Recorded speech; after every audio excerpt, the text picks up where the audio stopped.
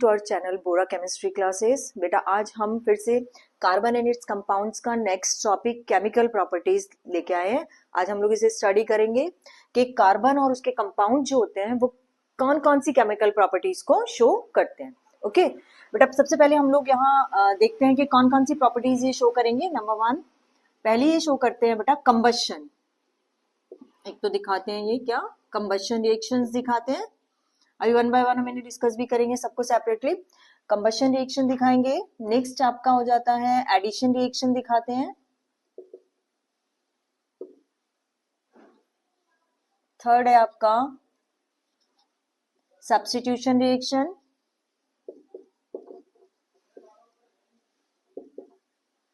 और फोर्थ हमने पढ़ना है ऑक्सीडेशन। ठीक है, तो वन बाय वन हम इनको स्टडी करेंगे। तो सबसे पहले हम लोग ले लेते हैं बेटा कंबशन रिएक्शन। ठीक, तो हम पहला लेंगे combustion reaction.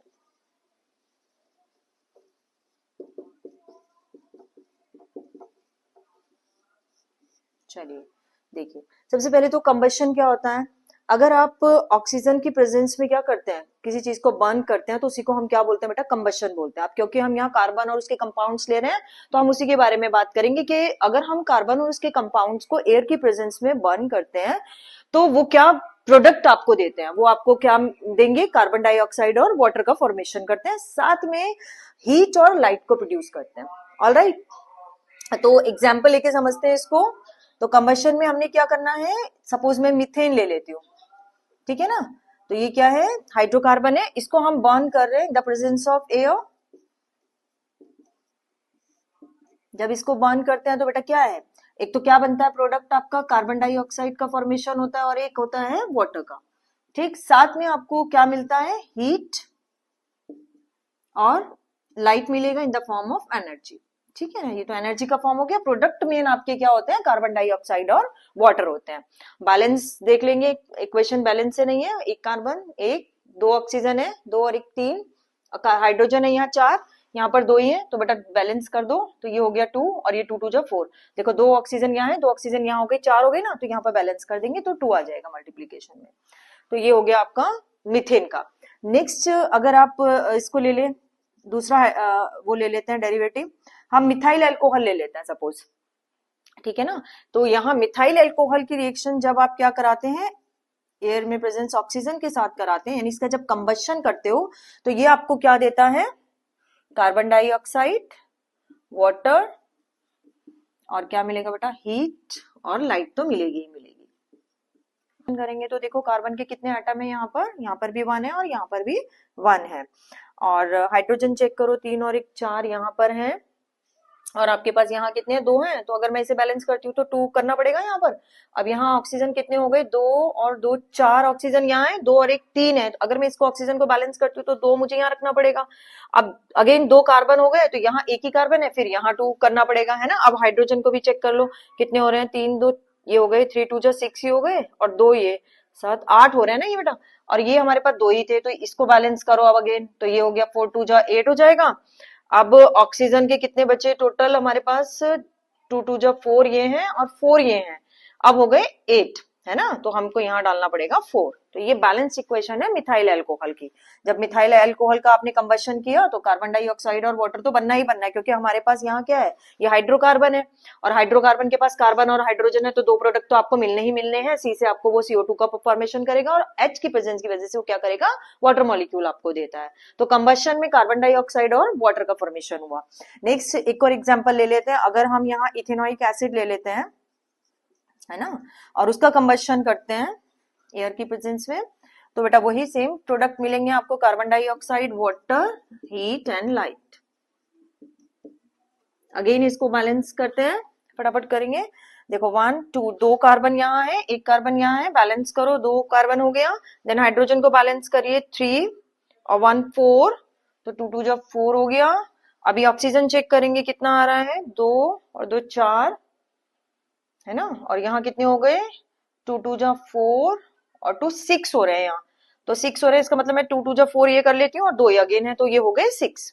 Okay, this is the balance equation for ethanoic acid. Okay, तो यहाँ हमने देखा बेटा कि कार्बन के जो कंपाउंड्स हैं, तो जब उनका कंबशन करते हो आप, तो आपको क्या प्रोडक्ट मिल रहा है? कार्बन डाइऑक्साइड वाटर के साथ साथ आपको क्या, एक तो कार्बन डाइऑक्साइड और वाटर मिल रहा है, साथ में आपको हीट और लाइट एनर्जी की फॉर्म में मिलता है। ऑलराइट, लेकिन अगर आप कार्बन को प्योर फॉर्म में ले लो, मीन्स वो कंपाउंड की फॉर्म में ना हो, किसी किसी के साथ ना हो, प्योर फॉर्म, यानी एलोट्रॉप्स ऑफ कार्बन की अगर मैं बात करूं, आप ले लो एलोट्रॉप्स ऑफ कार्बन ले लें, या कार्बन को हम चारकोल या कोयले की फॉर्म में ले लिया सपोज मैंने, और उसकी बर्निंग करते हैं यानी कंबशन करते हैं, तो बेटा सिर्फ आपको क्या मिलेगा? कार्बन डाइऑक्साइड और वाटर नहीं मिलेगा, हीट और लाइट का फॉर्मेशन होगा, हीट एंड लाइट। ठीक है ना, तो यहाँ एक ही प्रोडक्ट मिलता है आपको, कार्बन डाइऑक्साइड, क्योंकि आपको पता है ना, क्योंकि कार्बन ही है इसके पास, तो H तो है ही नहीं, तो वाटर का फॉर्मेशन कहां से होगा? तो अगर प्योरेस्ट फॉर्म में कार्बन है, तो आप वहां क्या प्रोडक्ट देंगे? सिर्फ कार्बन डाइऑक्साइड देंगे। अदरवाइज आपको जो है, अगर उसका कोई कंपाउंड है तो उसके साथ आपको कार्बन डाइऑक्साइड, वाटर, साथ में हीट और लाइट का फॉर्मेशन होगा। ओके, अभी अगेन देखेंगे। अच्छा, इसमें भी बेटा क्या होता है? कंबशन भी दो तरह से होता है, देखते हैं।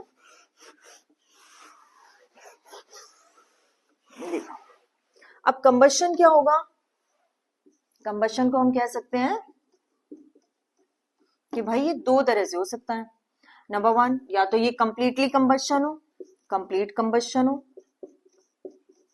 या फिर ये हो बेटा इनकम्प्लीट कंबशन। ठीक है ना, अगर ये कंप्लीट कंबशन है तो फॉर्मेशन होता है CO2 का। ठीक, और अगर इनकम्प्लीट कंबशन होता है ना, तो तब आपका कार्बन मोनोऑक्साइड में बनती है, जो क्या होती है? बहुत ही हार्मफुल होती है। ठीक है ना, और एक चीज और देखेंगे बेटा, यहाँ पर हम लोग क्या करें, तभी तो क्या करते हैं, जैसे हमें कंप्लीट कंबशन करना जरूरी होता है। आपने कभी देखा होगा कि जब हम लोग गैस वगैरह जलाते हैं, तो उसमें एक ब्लू कलर की नॉन स्मोकी फ्लेम प्रोड्यूस होती है। इसका मतलब है कि जितना भी उसमें हाइड्रोकार्बन आपका प्रेजेंट है, वो क्या कर रहा है? उसको प्रॉपर सप्लाई मिल रही है ऑक्सीजन की, एयर की। ओके, लेकिन जब उसके जो बर्नर होते हैं वो ब्लॉक हो जाते हैं ना, तो उसमें एयर का जो कंटेंट है वो क्या होता है? बाहर से जो एयर ले रहा है ना, वो कम होता है, नहीं एयर की सप्लाई में क्या हो जाता है? प्रॉब्लम, इनकम्प्लीट कंबशन हो रहा है, वहां पर एयर प्रॉपर उसको नहीं मिल पा रहा है, तो वहां वो कार्बन मोनोऑक्साइड का फॉर्मेशन करेगा, या इनकम्प्लीट कंबशन की वजह से स्मोकी हो जाता है, यानी येलोइश वो निकलता है ना। तो वो इसी वजह से होता है कि अगर उसको प्रॉपर अमाउंट में एयर नहीं मिलती है, तो पूरा जो कार्बन कंटेंट है उसके अंदर वो जलता नहीं है, और वो कैसा हो जाता है? वो सूटी फॉर्म में रहता है। ठीक है, तो यहां हम लोग ये देखेंगे कि कंबशन भी देखना है कि हमने वो कंप्लीट कंबशन हो रहा है या इनकम्प्लीट कंबशन हो रहा है। अब ऐसे ही क्या होता है? सैचुरेट जो हाइड्रोकार्बन्स होते हैं, अच्छा अब इनको देखेंगे। हाइड्रोकार्बन्स, एक चीज और देखो, जो हाइड्रोकार्बन्स होते हैं ना बच्चों, वो दो तरह से बताएं आपको। क्या बताएं? एक तो सैचुरेटेड और एक होते हैं अनसैचुरेटेड। सैचुरेटेड हाइड्रोकार्बन और अनसैचुरेटेड हाइड्रोकार्बन। अगर सैचुरेटेड हाइड्रोकार्बन की हम बात करते हैं ना बेटा, जब इसको हम इसका कंबशन करते हैं, तो ये क्या देता है? ये एक तो ब्लू कलर की नॉन सूटी फ्लेम देता है, और अगर अनसैचुरेटेड हाइड्रोकार्बन को बर्न करते हो आप, तो वो क्या देता है आपको? येलो कलर की सूटी फ्लेम देगा। अब ये सूटी फ्लेम क्या होता है? बोलते हैं स्मोकी फ्लेम, यानी कि इसमें तो धुआं, मतलब स्मोक टाइप का वो निकलेगा, अगर अनसैचुरेटेड हाइड्रोकार्बन आपके पास प्रेजेंट है तो। अनसैचुरेटेड हाइड्रोकार्बन और सैचुरेटेड हाइड्रोकार्बन पिछले लेक्चर में हम बहुत अच्छे से एक्सप्लेन कर चुके हैं। सैचुरेटेड हाइड्रोकार्बन में एल्केन्स आ जाते हैं, जिनमें कार्बन कार्बन के बीच में क्या होता है? डबल बॉन्ड होता है, ओ सॉरी सिंगल बॉन्ड होता है। और अनसैचुरेटेड हाइड्रोकार्बन कौन से होते हैं? जिनमें कार्बन कार्बन के बीच में डबल बॉन्ड या फिर कार्बन कार्बन के बीच में ट्रिपल बॉन्ड पाया जाता है, ये अनसैचुरेटेड हाइड्रोकार्बन होते हैं। तो यहां हमने देखा कि अगर हमने देखना है कि कंप्लीट कंबशन भी जरूरी है, अगर इनकम्प्लीट कंबशन होता है तो वो नॉन सूटी फ्लेम के सॉरी सूटी फ्लेम्स के फॉर्म में आता है। ठीक है, अभी यहां देखेंगे कि एग्जांपल लेके देखते हैं।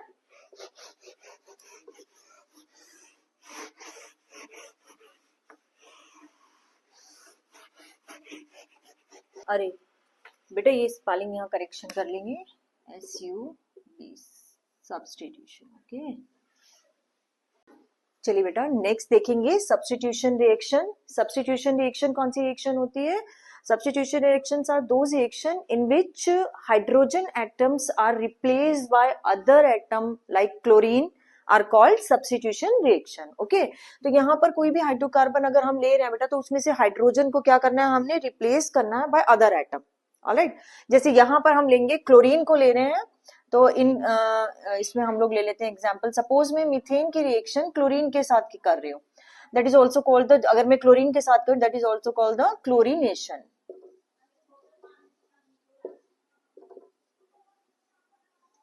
ओके, अच्छा ये रिएक्शन जो होती है बेटा वो यूवी रेज की प्रेजेंस में यानी कि सनलाइट की प्रेजेंस में ही होगी. ठीक, अब ये क्या करता है, ये क्लोरीन इसके हाइड्रोजन, जो 4 हाइड्रोजन लगे हुए हैं यहाँ पर, इसका हाइड्रोजन को रिप्लेस करके खुद इसकी जगह पर आ जाएगा. तो एक हाइड्रोजन अगर सपोज में इसका ओपन स्ट्रक्चर, चलो इसे ओपन स्ट्रक्चर बना लेते हैं इसका. देखो ऐसे बनाते हैं, वो ज्यादा इजीली समझ में आ जाएगा. अगर मेरे पास ये 4 हाइड्रोजन है ना मीथेन के पास लगे हुए, ठीक है, अब ये 4 हाइड्रोजन में से क्या करेगा, एक क्लोरीन एक हाइड्रोजन को रिप्लेस कर देगा और उसकी जगह खुद आ जाएगा. तो क्या बन जाएगा, ये आ गया Cl, और यहां से जो H निकला वो इस Cl, एक Cl और बचा था ना, तो वो HCl का फॉर्मेशन कर देता है. तो ये बन गया बेटा मिथाइल क्लोराइड. क्या बन गया ये, मिथाइल क्लोराइड. ठीक है ना, इसको और करके भी लिख देती हूँ यहाँ, CH3Cl, CH3Cl का फॉर्मेशन हो गया. अब यहाँ देखो, यहाँ मिथाइल क्लोराइड, ये तो सिंपली समझ में आ गया कि H रिप्लेस हुआ और Cl उसकी जगह पर आ गया, that is called the substitution reaction. लेकिन अगर एक्सेस अमाउंट ऑफ क्लोरीन यहाँ ले ले, क्लोरीन का अमाउंट बढ़ा दिया जाए, तो ये रिएक्शन यहीं पे नहीं रुकेगा, ये रिएक्शन फिर से आगे कंटिन्यू हो जाएगा. यानी कि यहां से मिथाइल क्लोराइड फिर से ले लेते हैं. तो 1 बाय 1 ये क्या करेगा, अगर excess amount of chlorine present है बेटा, तो ये 1 बाय 1 हर एक हाइड्रोजन को यहाँ से रिप्लेस कर देगा और उसकी जगह पे क्या हो जाएगा, खुद आ जाएगा. देखो एक H और रिमूव कर दिया, एक Cl तो ऑलरेडी था ही, तो यहाँ से एक H हटाया, एक Cl और आ गया, तो HCl अगेन. फिर ये, ठीक है, फिर ये वाला लेंगे यहाँ पर,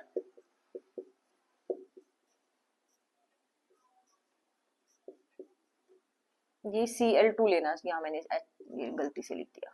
तो हमने क्या लेना बेटा, Cl2 लेना है, क्लोरीन लेनी है ना हमने. तो आप देखो फिर से Cl आएगा, ये फिर से एक H को रिमूव करेगा यहाँ से, तो क्या बन जाएगा, Cl Cl Cl,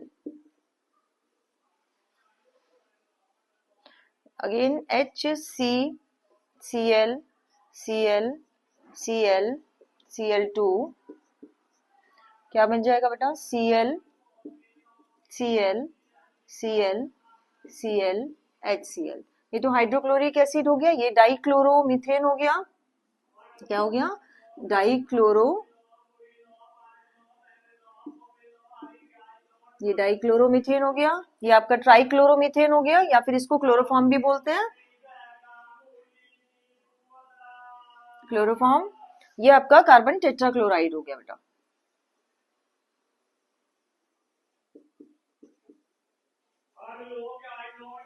ये आपका क्या हो गया है, कार्बन टेट्राक्लोराइड. तो ये आपकी सब्स्टिट्यूशन रिएक्शन हो गई. ठीक है, जिसको हम क्या कहते हैं, क्लोरीनेशन. चलिए बेटा थर्ड प्रॉपर्टी देखते हैं हम लोग, addition reaction.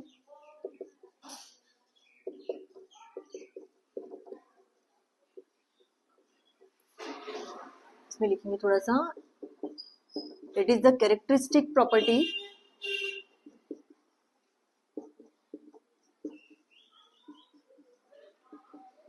characteristic properties of unsaturated hydrocarbon.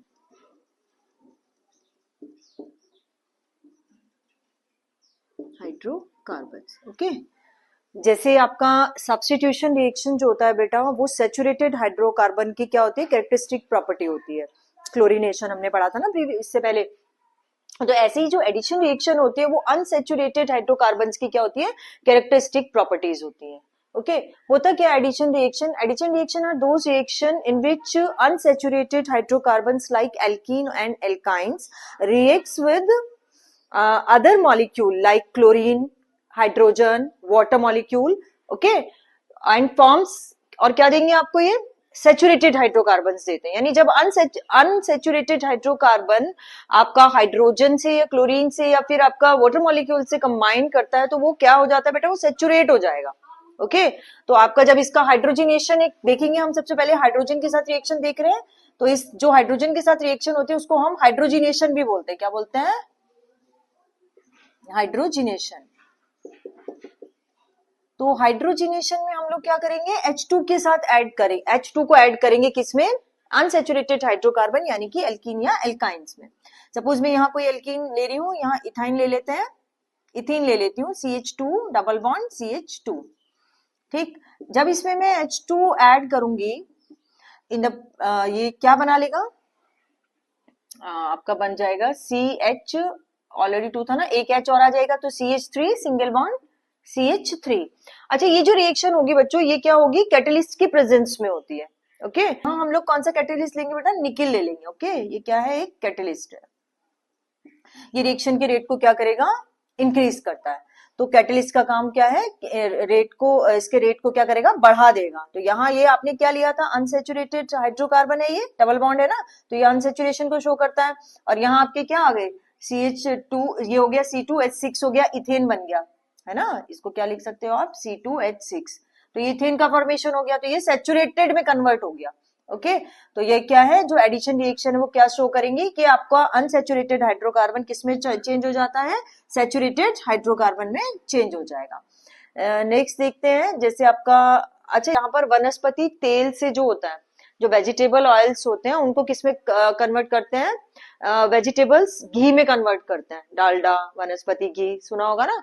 तो वो भी इसी तरह से होता है, यानी उनका भी क्या करते हैं हम लोग, जो ऑयल्स होते हैं वो कैसे, किस फॉर्म में होते हैं, वो होते हैं आपके अनसेचुरेटेड हाइड्रोकार्बन की फॉर्म में होते हैं। लेकिन जब उसका हाइड्रोजिनेशन करके आप उसे घी में कन्वर्ट कर लेते हो तो वो क्या बन जाता है, वो सेचुरेटेड हाइड्रोकार्बन में कन्वर्ट हो जाता है, और जो कि हमारी हेल्थ के लिए भी अच्छा नहीं होता।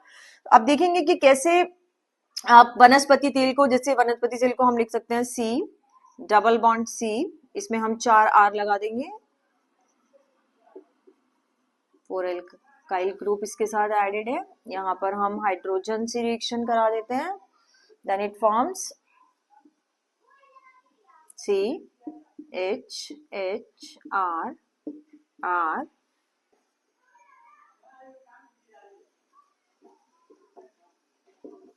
आपने ये निकिल की प्रेजेंस में होगा बेटा, कैटलिस्ट ले लेंगे यहाँ पर निकिल, और ये क्या बना लेगा, वेजिटेबल घी या फिर वनस्पति घी भी बोलते हैं। ओके, तो ये आपका हाइड्रोजिनेशन यानी एडिशन रिएक्शन हो गया, जिसमें हमने क्या ऐड किया, हाइड्रोजन को ऐड किया। ये क्या था आपका, इथीन था। ओके, और ये क्या बन गया बेटा, इथेन। एक और एग्जांपल ले लेते हैं, सपोज मैं एक ट्रिपल बॉन्ड वाला भी एल्काइन भी ले लेती हूँ एक, तो इथाइन ले लेते हैं, CH triple bond CH, H2 react करो तो क्या बनेगा, CH, दो चाहिए ना, तो CH3 सिंगल बॉन्ड CH3 आ जाएगा। तो 2 2 जा 4, कितनी हाइड्रोजन लगी यहाँ पर हमारी, 2 इधर लगी है, 2 इधर लगी है ना, 4, तो बैलेंस है। हाँ, तो निकिल की प्रेजेंस में होगा, ये क्या बन गया बेटा, इथेन, और ये है आपका इथाइन। ओके, तो यहाँ हमने देखा कि एडिशन रिएक्शन में आपने हाइड्रोजिनेशन देखा, जिसका इंडस्ट्रियल फील्ड में बहुत यूज होता है। यानी इसका बेनिफिट है कि क्या है कि हम लोग इसको वनस्पति ऑयल्स को किस में कन्वर्ट करते हैं, वेजिटेबल्स घी में कन्वर्ट करते हैं बाय हाइड्रोजिनेशन। उसमें आपने हाइड्रोजन से रिएक्शन करा दिया in the presence of nickel, यानी कि ये रिएक्शन जो होगी एडिशन रिएक्शन, वो किसकी प्रेजेंस में होगी, किसी न किसी कैटलिस्ट की प्रेजेंस में होगी। आप कैटलिस्ट निकिल भी हो सकता है, प्लेटिनम भी हो सकता है, पैलेडियम हो सकता है, और V2O5 भी हो सकता है। ठीक है, इनमें से कोई, यहाँ पर निकिल यूज करना आपने। ओके, ये हो गया आपका एडिशन रिएक्शन। नेक्स्ट देखेंगे हम ऑक्सीडेशन रिएक्शन। चलिए बेटा, नेक्स्ट देखते हैं ऑक्सीडेशन।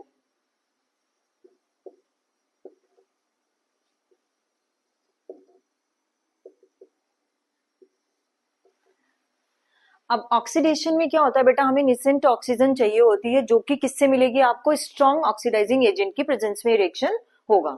ठीक है, या फिर पार्शियली ऑक्सीडेशन भी हो सकता है, लेकिन अगर हम स्ट्रॉन्ग ऑक्सीडाइजिंग एजेंट को यूज कर रहे हैं, यानी यहाँ पे हमें कुछ ना कुछ क्या चाहिए होगा, ऑक्सीडाइजिंग एजेंट के प्रेजेंस में रिएक्शन होना है।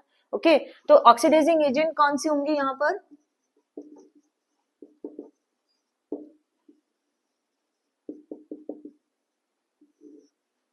आपका एल्किलाइन KMnO4 होगा, या फिर एसिडिक K2Cr2O7।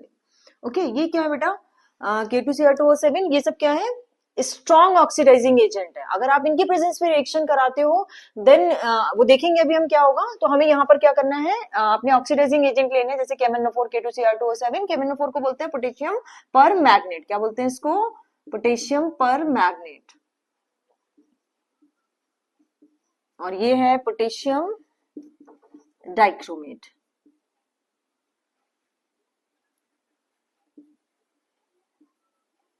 Potassium dichromate. अब देखते हैं, सपोज मैं यहां ले लेती हूँ इथाइल अल्कोहल ले लेते हैं, उसका ऑक्सीडेशन करके देखते हैं, C2H5OH, इसका हमने करना है ऑक्सीडेशन। ये है नेसेंट ऑक्सीजन,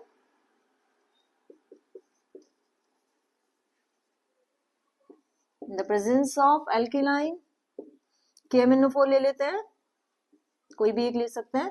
तो ये बेटा क्या करता है, जो अल्कोहल है ये किस में कन्वर्ट हो जाएगा, इथेनोइक एसिड, ठीक है, कार्बोक्सिलिक एसिड में कन्वर्ट हो जाएगा अल्कोहल।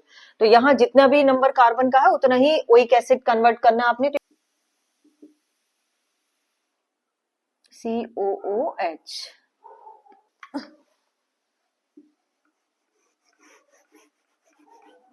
ठीक है, तो यहाँ आपका क्या बना, इथेनोइक एसिड और वाटर मॉलिक्यूल। जितने कार्बन होंगे ना वही वाला यहाँ पर क्या बनेगा, उतने ही कार्बन का क्या बनेगा, कार्बोक्सिलिक एसिड आपने बनाना है। दिस इज इथेनोइक एसिड,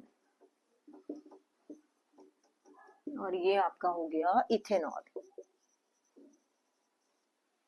ठीक है, अच्छा ये तो आपका क्या है, स्ट्रॉन्ग ऑक्सीडाइजिंग एजेंट की प्रेजेंस में आपने रिएक्शन कराया, तो आपको क्या मिला, कार्बोक्सिलिक एसिड। कौन, अल्कोहल किस में कन्वर्ट हो गया, कार्बोक्सिलिक एसिड में कन्वर्ट हो गया। लेकिन अगर मैं इसका पार्शियली क्या करें, ऑक्सीडेशन कर दें, क्या करें अगर हम इसका पार्शियली ऑक्सीडेशन करेंगे, शेल ऑक्सीडेशन, तो याद रखना क्या बनता है बेटा, तो ये जो अल्कोहल है ना ये आपका किस में कन्वर्ट हो जाएगा, ये आपको इथेनोइक एसिड नहीं देगा, ये आपको क्या देगा, एल्डिहाइड देगा। तो यहां बनेगा CH3CHO water molecule. Okay okay, और वाटर मॉलिक्यूल मिलेगा। तो ये आपका हो गया ऑक्सीडेशन। तो यानी कि जो कार्बन और इसके कंपाउंड्स हैं वो 4 तरह की केमिकल प्रॉपर्टीज को शो करते हैं। सबसे पहले हमने क्या देखा था इसमें कि कंबशन रिएक्शन को दिखाएंगे ये, सेकेंड हमने देखा सब्स्टिट्यूशन रिएक्शन को दिखाते हैं, देन एडिशन, आफ्टर दैट हमने लास्ट देखा कि ऑक्सीडेशन रिएक्शन को वो किस तरह से शो करते हैं। तो ये बहुत इंपॉर्टेंट है, आप लोग इन्हें अच्छे से स्टडी करें।